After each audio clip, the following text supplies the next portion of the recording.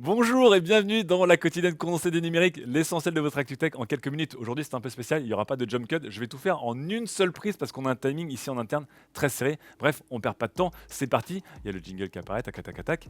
Et on est parti avec Twitch notamment. Je vous rappelle que la fuite gigantesque de Twitch qui a eu lieu hier n'est pas terminée. Twitch a enfin communiqué sur un peu les détails techniques. C'est un bug qui a permis d'insérer du code de la part des hackers, qui a permis en tout cas de récupérer, je vous rappelle, le code source du site, tous les commits, c'est-à-dire toutes les versions, le code de tous les clients consoles mobiles notamment, des projets secrets, des SDK, etc. etc. Bref, la totale, c'est quelque chose d'extrêmement grave. On n'avait pas vu une fuite de cette ampleur depuis très longtemps. Twitch a enfin communiqué sur ces problèmes pour donner des explications. Et surtout, Twitch se veut rassurant en expliquant à la fin que, normalement, pour l'instant, vos logins, vos mots de passe et vos numéros de carte de crédit ne sont pas compromis. Alors, juré, croix-bas, croix de fer, sigement, etc. Pas sûr, puisque je vous rappelle que selon les hackers, cette fuite gigantesque n'est que la première partie d'autres fuites à venir. Peut-être que du coup vos informations personnelles pourraient être compromises. En attendant, on vous rappelle, dans le doute, s'il vous plaît, changez vos mots de passe, vérifiez vos clés Twitch, etc. Et on espère que tout cela se résorbera au mieux. On saura aussi que eh bien, le légendaire emote Golden Kappa eh bien, n'était pas vraiment un emote au hasard. Et c'est ce genre de révélation qu'on a en ce moment. J'espère que ça restera juste ce genre de révélation et pas plus. On enchaîne maintenant avec du coup un peu de tech et du son. Les AirPods Pro d'Apple ont été mis à jour pour avoir cette fonctionnalité très intéressante, le Conversation Booster. Je vous rappelle que c'est une fonctionnalité qui va aider les personnes en situation de handicap, notamment les personnes malentendantes ou les vieilles personnes qui entendent mal, de pouvoir cibler la personne en face de vous et de mettre en avant sa voix à elle, juste pour que vous puissiez mieux l'entendre et pas tout le bruit ambiant. Donc une nouveauté que beaucoup de gens attendez, la mise à jour est disponible pour vos AirPods Pro et donc que ce soit pour vous ou pour des personnes qui en ont besoin, eh bien n'hésitez pas à les mettre à jour et à mettre en marche ce Conversation Booster. En tout cas, très très bonne nouvelle. Passons maintenant du côté de Samsung qui est très très ambitieux sur les semi-conducteurs et Samsung, je vous rappelle, est son propre fondeur et grave beaucoup de puces. Ils vont viser notamment le 2 nanomètres pour 2025. C'est la course avec évidemment TSMC pour savoir qui va pouvoir graver le plus fin. Alors je vous rappelle que la finesse de gravure influe beaucoup sur les performances des chipsets. Ce n'est pas le seul critère sur la performance des chipsets, mais c'est très très important. Et que ces dernières années, on est passé de 23 à 14, à 10, à 7, à 5 et bientôt à 3, puis un jour à 2 nanomètres de gravure. On va commencer à frôler les limites de la physique. Et en attendant, eh ben, on pourra ouvrir nos applications plus rapidement sur nos smartphones. C'est tout ce qui nous intéresse. Maintenant, on va passer justement à un smartphone qui nous intéresse beaucoup. Est-ce que je vous ai déjà parlé du Google Pixel 6 et du Google Pixel 6 Pro? Peut-être un peu, beaucoup. Encore une rumeur et une qui va nous intéresser puisque nous n'avons pas de prix pour ces téléphones. Il y a une rumeur de 550 $ hors taxe aux États-Unis qui est un prix très agressif pour ce téléphone. Il arriverait peut-être à 650 € en Allemagne avec un revendeur allemand, Saturn, qui est très connu outre-Rhin, qui mettrait en plus dans la balance un casque Bose 700, un casque très haut de gamme, un des meilleurs casques du marché qui vaut normalement 280 €. À voir si c'est une offre très agressive ou s'il y a des petites étoiles, des astérisques de conditions derrière. Je ne lis pas assez bien l'allemand pour savoir si je ne me suis pas engagé sur 48 mois avec un opérateur.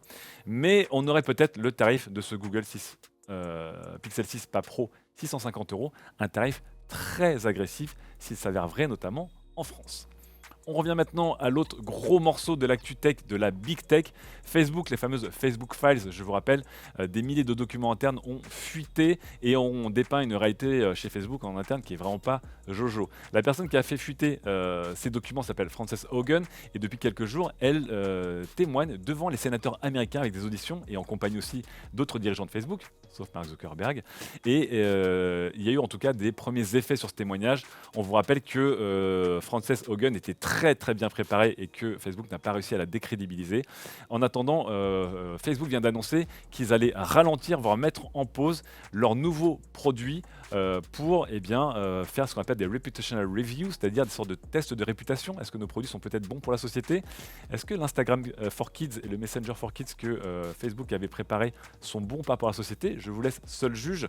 Mais c'est une première victoire pour Frances Haugen et pour le Wall Street Journal qui, je vous le rappelle, a publié une série d'enquêtes. L'autre point important, ce sont les algorithmes d'engagement et le fameux MSI, par exemple le Meaningful Social Interaction de Facebook de 2018. L'une des critiques principales, c'est que ces algorithmes d'engagement ne sont pas évidemment neutres et ne devraient pas être couverts par la section 230. Je vous rappelle que la section 230 aux États-Unis, c'est une loi de 1996, donc qui date d'il y a 25 ans et qui protège un peu les plateformes par rapport aux contenus qui sont publiés. Sont-elles responsables ou pas de ce que les utilisateurs publient? Selon la section 230, pas vraiment. Elles doivent quand même modérer leur contenu, mais elles ne sont pas directement responsables juridiquement et légalement. Est-ce que les algorithmes qui sont conçus par ces plateformes et qui vous permettent de voir plus ou moins certains contenus, et donc peut-être des contenus violents ou des contenus faux, sont de la responsabilité des plateformes? Eh bien, pour l'instant, ces algorithmes tombent sous la loi de la section 230 aux États-Unis et une des envies de Frances Haugen, c'est de sortir ces algorithmes et de responsabiliser les plateformes sur la manière et sur ce qu'elles vous poussent, en tout cas, vous, devant vos yeux et votre attention. Ce sera en tout cas une grosse saga parce que là-dessus, s'il y a jurisprudence, eh bien, c'est un pan entier des réseaux sociaux qui va devoir changer et ça va être gigantesque. En parlant de géants de la tech, on va venir maintenant sur un énorme sondage de nos confrères de chez The Verge qui ont interrogé leurs lecteurs. Donc je vous rappelle, les lecteurs de The Verge sont plutôt âgés de 25 à 50 ans et sont surtout américains, pour vous donner un peu un contexte. Mais ils ont fait ce qu'on appelle la Tech Survey 2021. Que pensent leurs lecteurs des grandes marques de la tech? Est-ce qu'ils leur font confiance? Est-ce qu'ils les aiment? Est-ce qu'ils ont besoin d'eux dans leur vie? Doivent-ils les démanteler ou pas? Plein de questions et surtout des choses très intéressantes et notamment ce qui nous a sauté aux yeux en découvrant ces sondages, c'est la popularité et l'importance d'Amazon aux États-Unis. Est-ce que vous avez des opinions favorables de ces marques? Amazon ici arrive très très haut et vient talonner notamment Google à 87% d'opinions favorables.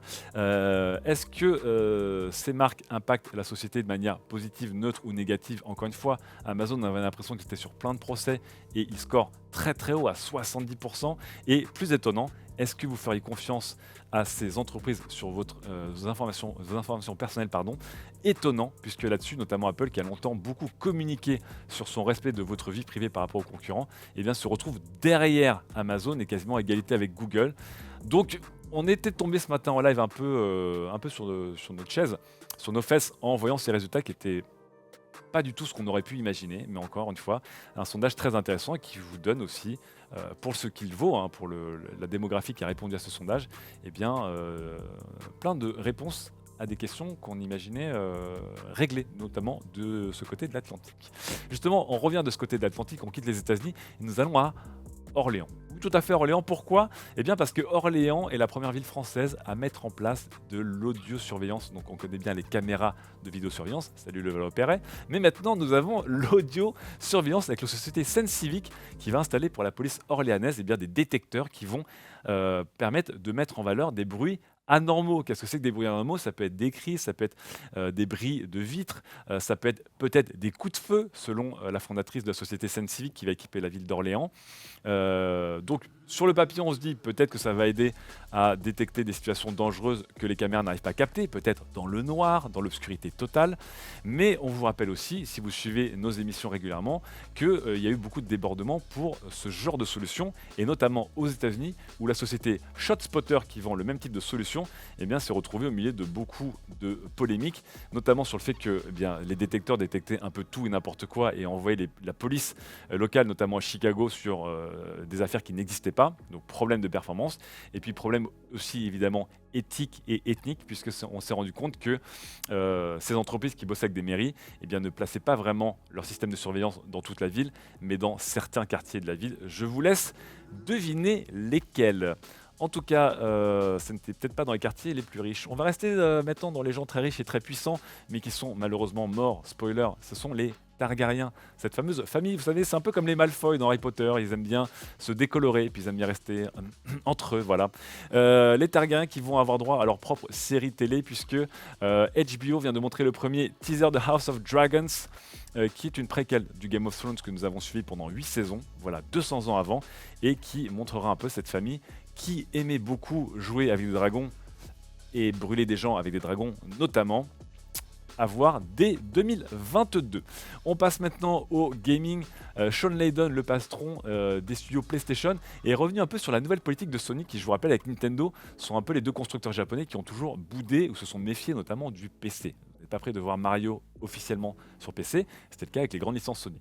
Ça a changé ces dernières années avec l'arrivée de Horizon Zero Dawn notamment, avec l'arrivée prochaine de Uncharted 4 et de Lost Legacy, et peut-être, on l'a vu en rumeur, du God of War de 2018. Pourquoi Sony s'est un petit peu rebiffé et Sony a emboîté le pas d'autres grands éditeurs, notamment japonais, avec des jeux qui arrivent sur PC? Eh bien, ce n'est pas pour, évidemment, arrondir ses fins de mois, même si ça fait toujours des revenus en plus, mais ça ne fait pas le gros des revenus. Pour Sean Layden, ce sont évidemment des outils de recrutement, des rabatteurs. Il espère que les joueurs et les joueuses PC qui découvriront les jeux PlayStation seront évidemment tellement amoureux des jeux PlayStation que derrière, ils iront s'acheter une PlayStation pour jouer à ces jeux Day One. On s'était posé la question ce matin durant le live et on avait l'impression que dans le chat et ici, on n'était pas trop d'accord avec cette technique, et que les fans de PlayStation ont déjà une PlayStation et que les non-fans mais amateurs de PlayStation auront aucun souci à attendre quelques années pour jouer à ces jeux, sachant que leur back catalogue, je parle d'expérience personnelle, est déjà bien fourni.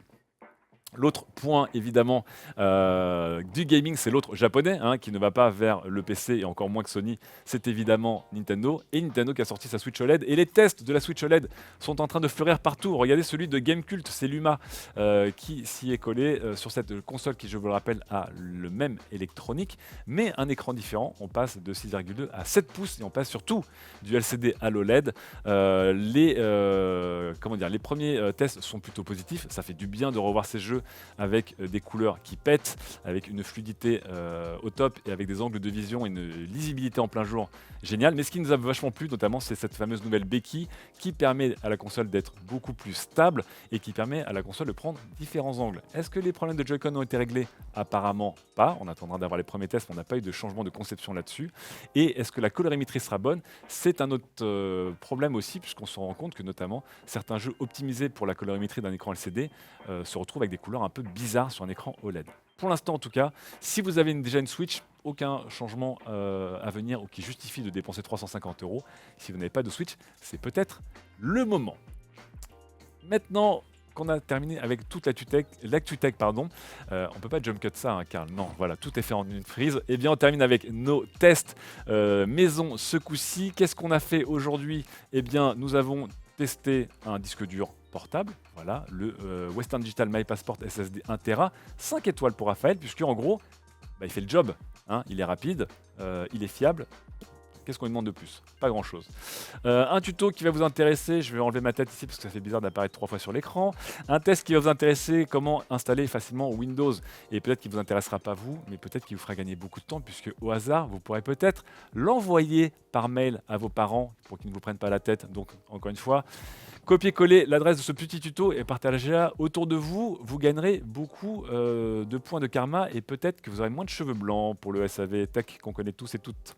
Et enfin, mon collègue Aurélien, quand il ne teste pas des camping-cars avec moi, eh bien, il va avoir des SUV de luxe. Et là, c'est le Lexus NX qui est un SUV hybride et hybride rechargeable au choix, qui se modernise à l'extérieur comme à l'intérieur. Allez voir sa première prise en main dessus. On termine enfin avec la vidéo que tout le monde attendait et nous qu'on attendait beaucoup. Ce sont évidemment le test, enfin la vidéo des iPhones, puisque nous avons une méga vidéo avec les 4 iPhones. Regardez-moi ces belles images qu'on vous a tournées, ces beaux montages et ces beaux journalistes, puisque ce sont Laure Renoir et Kevin Yo qui vous font le bilan complet de ces 4 iPhones. Qualité, défaut, différence, bon plan, faux plan, vous avez la totale. Allez voir ça sur notre chaîne YouTube. Et si vous y êtes en ce moment, c'est peut-être le moment de vous abonner. Le pouce bleu, je ne sais plus, c'est par là. Voilà. L'abonnement, c'est par là aussi, la cloche, tout, la totale. Merci en tout cas de suivre cette condensée qu'on a tournée en une prise et qui est spéciale puisqu'il n'y en aura pas demain. On reviendra mercredi 13 octobre pour un gros condensé de la tech. À très vite. Ciao!